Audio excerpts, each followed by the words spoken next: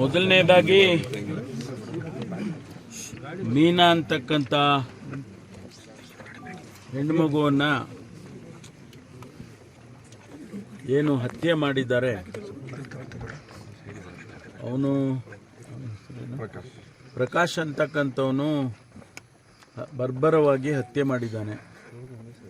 ಬಹುಶಃ ನಾವ್ಯಾರೂ ಕೂಡ ಅದನ್ನು ಸಹಿಸ್ಕೊಳ್ಳೋದಕ್ಕೆ ಆಗದಂಥ ರೀತಿಯಲ್ಲಿ ಆ ಹೆಣ್ಣು ಮಗುವನ್ನು ಹತ್ಯೆ ಮಾಡಿದ್ದಾನೆ. ಅವಳು ಇಲ್ಲಿಂದ 2-3.5 ಕಿಲೋಮೀಟ್ರು ಶಾಲೆಗೆ ಹೋಗಿ ಕಾಲ್ನಡಿಗೆಯಲ್ಲಿ ಪ್ರತಿನಿತ್ಯ ಹೋಗಿ SSLCವರೆಗೂ ಓದಿ SSLC ಪಾಸ್ ಮಾಡಿ ಫಲಿತಾಂಶ ಬಂದ ದಿವಸನೇ ಮಾಡಿದ್ದಾನೆ.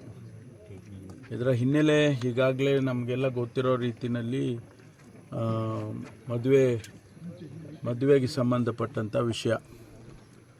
16 ವರ್ಷ ವಯಸ್ಸು ಆಕೆಗೆ, ಇವನಿಗೆ 32 ವರ್ಷ ವಯಸ್ಸು. ಅವರ ತಂದೆ ತಾಯಿಗಳನ್ನ ಒತ್ತಾಯ ಮಾಡಿ ನಾನು ಅವಳಿಗೆ ಮದುವೆ ಮಾಡ್ಕೊಳ್ತೀನಿ ಹಾಗೆ ಅಂತೇಳಿ ಎಂಗೇಜ್ಮೆಂಟ್ ಕೂಡ ಮಾಡಿಸ್ಕೊಳ್ತಾನೆ. ಮಾಡ್ಕೊಂಡ ನಂತರ ಯಾವಾಗ ಇಲಾಖೆಯವ್ರಿಗೆ ಗೊತ್ತಾಗ್ತದೆ, ಇಲಾಖೆಯವರು ನೀವು ಮದುವೆ ಮಾಡ್ಕೊಳ್ಬಾರ್ದು, 18 ವರ್ಷದ ನಂತರ ಮದುವೆ ಮಾಡ್ಕೊಳ್ಳಿ ಅಂತೇಳಿ ಅವ್ರಿಗೇನು ತಿಳಿಸ್ತಾರೆ. ಅದಕ್ಕೆ ವಿರುದ್ಧವಾಗಿ ಅವನು ಬಂದು ಒತ್ತಾಯ ಮಾಡಿ ತಂದೆ ತಾಯಿಗಳ ಜೊತೆ ಜಗಳ ಆಡಿಕೊಂಡು ನನಗೆ ಮದುವೆ ಮಾಡಿಕೊಡ್ಲೇಬೇಕು ಹಾಗೆ ಅಂತೇಳಿ ಅವರು ರೆಸಿಸ್ಟ್ ಮಾಡಿದಾಗ ಅವ್ರ ತಾಯಿಗೆ ಹೊಡೆದಿದ್ದಾನೆ, ಕೈಗೆ ಏಟು ಬಿದ್ದಿದೆ. ಅದಾದಮೇಲೆ ಆ ಮಗುನ ಎಳ್ಕೊಂಡು ಹೋಗಿ ಅಲ್ಲಿ ಸ್ವಲ್ಪ ದೂರದಲ್ಲಿ ಅವನಿಗೆ ತಲೆ ಕತ್ತರಿಸಿ ಆ ರುಂಡವನ್ನು ತೆಗೆದುಕೊಂಡು ಹೋಗಿ ಕಾಡಿನಲ್ಲಿ ಬಿಸಾಕಿ ಎಲ್ಲ ಮಾಡಿದ್ದಾನೆ. ಇದು ನಿಜಕ್ಕೂ ಕೂಡ ನಾವ್ಯಾರೂ ಕೂಡ ಮನುಷ್ಯರು ಇದನ್ನು ಒಪ್ಕೊಳ್ಳೋವಂಥ ಕೃತ್ಯ ಅಂತೂ ಅಲ್ಲ ಇದು. ಈಗಾಗಲೇ ಅವನನ್ನು ಅರೆಸ್ಟ್ ಮಾಡಿದ್ದಾರೆ ಪೊಲೀಸ್ನವರು. ಏನು ಪ್ರೊಸೀಜರಲ್ಲಿ ಏನು ಕಾನೂನು ಪ್ರಕಾರ ಅವ್ರ ಮೇಲೆ ಕೇಸ್ ಮಾಡಬೇಕು, ಅವನಿಗೆ ಶಿಕ್ಷೆ ಆಗಬೇಕು, ಅದೆಲ್ಲವನ್ನು ಕೂಡ ಇಲಾಖೆಯವರು ಮಾಡ್ತಾ ಇದ್ದಾರೆ. ನಾವೇನು ಈಗ ಅವಳನ್ನ ವಾಪಸ್ ಕರ್ಕೊಂಡು ಬರೋದಕ್ಕಾಗೋದಿಲ್ಲ. ಆದರೆ ನ್ಯಾಯ ಒದಗಿಸ್ಕೊಡೋದ್ರಲ್ಲಿ, ಆ ಕುಟುಂಬಕ್ಕೆ ನ್ಯಾಯ ಒದಗಿಸ್ಕೊಡೋದ್ರಲ್ಲಿ ಆದಷ್ಟು ಶೀಘ್ರವಾಗಿ ಸರ್ಕಾರ ಕ್ರಮ ತಗೊಳ್ಳುತ್ತೆ. ಮತ್ತು ವಿಶೇಷವಾಗಿ ಸ್ಪೆಷಲ್ ಪ್ರಾಸಿಕ್ಯೂಟರ್ಸ್ನ ಅಪಾಯಿಂಟ್ಮೆಂಟ್ ಮಾಡಿ, ಅದರ ಜೊತೆಗೆ ಆದಷ್ಟು ಶೀಘ್ರವಾಗಿ ಸ್ಪೆಷಲ್ ಕೋರ್ಟ್ಗಳು ಕೂಡ ಇತ್ತೀಚೆಗೆ ಇಂಥ ಕೃತ್ಯಗಳು ನಡೆದಂಥ ಸಂದರ್ಭದಲ್ಲಿ ಸ್ಪೆಷಲ್ ಕೋರ್ಟ್ಗಳನ್ನು ಕೂಡ ನಾವು ಮಾಡಿದ್ದೇವೆ. ಆ ರೀತಿಯಲ್ಲಿ ಈ ಕೇಸ್ನಲ್ಲೂ ಕೂಡ ಆ ರೀತಿ ಮಾಡಿ ಅವನಿಗೆ ಶಿಕ್ಷೆ ಆಗುವಂಥ ರೀತಿಯಲ್ಲಿ ಇಲಾಖೆ ಕೆಲಸ ಮಾಡುತ್ತೆ. ಒಟ್ಟಾರೆ ಭಾಳ ನೋವಿನ ಸಂಗತಿ. ಆ ಕುಟುಂಬವನ್ನು ನೋಡಿದರೆ ಅವರು ಭಾಳ ಅತ್ಯಂತ ಬಡತನದಲ್ಲಿರ್ತಕ್ಕಂಥವ್ರು. ತಾವೇ ನೋಡಿದರೆ ಅವ್ರ ಮನೆಯ ಪರಿಸ್ಥಿತಿ ಹೇಗಿದೆ ಅಂತೇಳಿ. ಹಾಗಾಗಿ ಇಂಥವರಿಗೆ ಈ ರೀತಿ ಆಗ್ತಕ್ಕಂಥದ್ದನ್ನು ನಾವ್ಯಾರೂ ಸಹಿಸೋಕ್ಕಾಗೋದಿಲ್ಲ. ಭಾಳ ನೋವಿನ ಸಂಗತಿ. ಹಾಗಾಗಿ ಇಲಾಖೆ, ಸರ್ಕಾರ ಏನೆಲ್ಲ ಕಾನೂನಿನ ಪ್ರಕಾರ ಮಾಡಬೇಕು ಅದನ್ನು ಆದಷ್ಟು ಶೀಘ್ರವಾಗಿ ಮಾಡ್ತೇವೆ. ಅವಕಾಶ ಇದೆಯಾ ಸರ್ ಅವರಿಗೆ? ಈಗ ಚುನಾವಣೆ ನೀತಿ ಸಂಹಿತೆ ಇರೋದರಿಂದ ನಾವು ಪರಿಹಾರದ ವಿಚಾರದಲ್ಲಿ ಏನು ಮಾತನಾಡೋದಕ್ಕಾಗೋದಿಲ್ಲ. ಫಲಿತಾಂಶ ಬಂದಾದ ನಂತರ MCC ಮುಗಿದ ಮೇಲೆ ಸರ್ಕಾರ ಇದನ್ನು ಗಂಭೀರವಾಗಿ ಪರಿಗಣಿಸುತ್ತೆ. ಸರ್, ಇದೊಂದು ಸೆನ್ಸಿಟಿವ್ ಕೇಸ್ ಆಗಿತ್ತು. ಅಂದರೆ ಅವಳ ಎಂಗೇಜ್ಮೆಂಟ್ ಆಗುವಾಗ ಅವನು ಒತ್ತಾಯ, ಯಾರು ಕೂಡ ಯಾವುದೇ ರೀತಿ ಕ್ರಮ ತಗೊಂಡಿಲ್ಲ, ಬಂದು ಮುಚ್ಚಳಿಕೆ ಬರ್ಸ್ಕೊಂಡು ಹೋಗುವಂಥ ಕೆಲಸ ಮಾಡಿದ್ದಾರೆ. ಎಲ್ಲೋ ಒಂದು ಆ ಬಾಲಕಿಯ ಹತ್ಯೆಗೆ ಅಧಿಕಾರಿಗಳೇ ಕಾರಣರಾದ್ರ ಅಂತ ಅದೆಲ್ಲ ತನಿಖೆ ಮಾಡುವಾಗ ಗೊತ್ತಾಗ್ತದೆ. ತನಿಖೆ ಮಾಡ್ತಾರಲ್ಲ, ಅದನ್ನು ನಾನು ಪ್ರಿಯಂಪ್ಟ್ ಮಾಡೋಕ್ಕೆ ಹೋಗೋದಿಲ್ಲ. ತನಿಖೆಯಲ್ಲಿ ಏನು ಬರುತ್ತೆ ಅದನ್ನು ನೋಡಿಕೊಂಡು ಆನಂತರ ತೀರ್ಮಾನ ಅದೆಲ್ಲ ಅದು ತನಿಖೆ ಮಾಡುವಾಗ ಅದೆಲ್ಲ ಬರುತ್ತಲ್ಲ.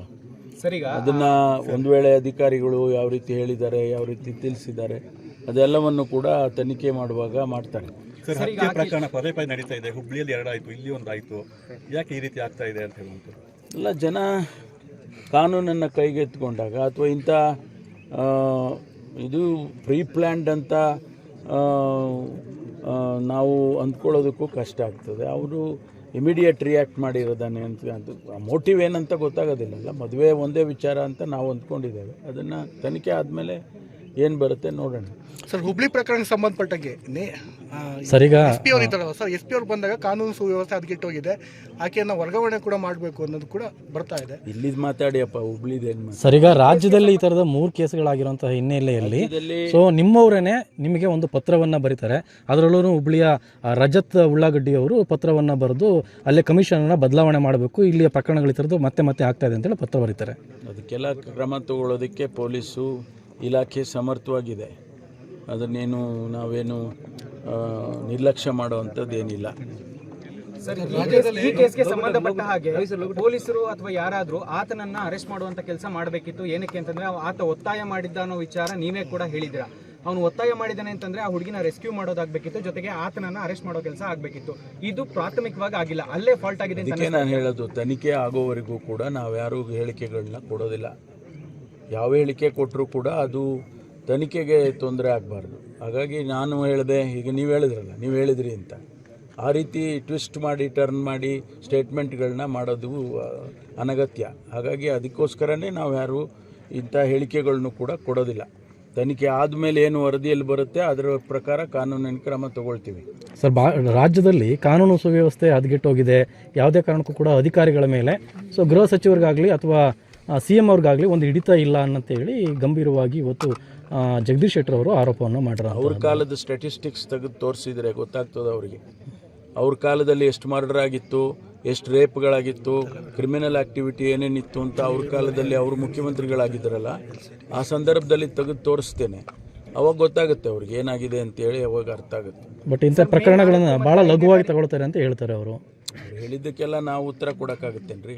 ಸರ್, ವಿಶೇಷ ನ್ಯಾಯಾಲಯ ಏನಾದರೂ ತೆರೆಯೋದು, ಅವರಿಂದ ನಾವು ಸರ್ಟಿಫಿಕೇಟ್ ತೊಗೊಳ್ಬೇಕಾ? ನಾವು ಸರ್ಟಿಫಿಕೇಟು ಜನಗಳ ಮುಂದೆ ತೊಗೋಬೇಕು. ಸರ್, ಜನ ಸರ್ಟಿಫಿಕೇಟ್ ಕೊಡ್ತಾರೆ ನಮ್ಮ ಸರ್ಕಾರಕ್ಕೆ, ಅವರೆಲ್ಲ ಕೊಡೋರು ಸರ್ಟಿಫಿಕೇಟ್. ಸರ್, ಮೇ 4 ಮತ್ತು 5ಕ್ಕೆ ಸೋಮವಾರಪೇಟೆಯಲ್ಲಿ ಇದೇ ರೀತಿ ಒಂದು ಪ್ರಕರಣ ಆಗಿರುತ್ತೆ. ಒಂದು ಮದುವೆಗೆ ಬಂದಾಗ ವರದಕ್ಷಿಣೆ ವಿಚಾರ ಆಗಿರ್ಬೋದು, ಒಂದು ಸ್ವೀಟ್ ವಿಚಾರಕ್ಕೆ ಆ ಹುಡುಗಿಯ ಮದುವೆನೇ ನಿಂತೋಗಿರುತ್ತೆ. ಇದ್ರ ಬಗ್ಗೆ ಕಂಪ್ಲೇಂಟ್ ಕೊಟ್ಟರು ಪೊಲೀಸರು, FIR ಆಗಿದೆ, ಮುಂದೆ ಆಕ್ಷನ್ ತಗೊಳ್ತೀವಿ ಅಂತ ಹೇಳಿದ್ದಾರೆ. ಹೊರತು ಇದುವರೆಗೂ ಆಕ್ಷನ್ ಆಗಿಲ್ಲ. ಇದು ಆ ಕುಟುಂಬದ ಒಂದು ಅಸಮಾಧಾನಕ್ಕೆ ಕಾರಣ ಆಗಿದೆ. ತಗೊಳ್ತಾರೆ, ಆಕ್ಷನ್ ತಗೊಳ್ಳೇಬೇಕು. ಅವ್ರು ತಗೊಳ್ತಾರೆ. ಅದಕ್ಕೆ ಅವ್ರದ್ದೇ ಆದಂಥ ರೀತಿ ನೀತಿಗಳಿರ್ತವೆ, ತಗೊಳ್ತಾರೆ.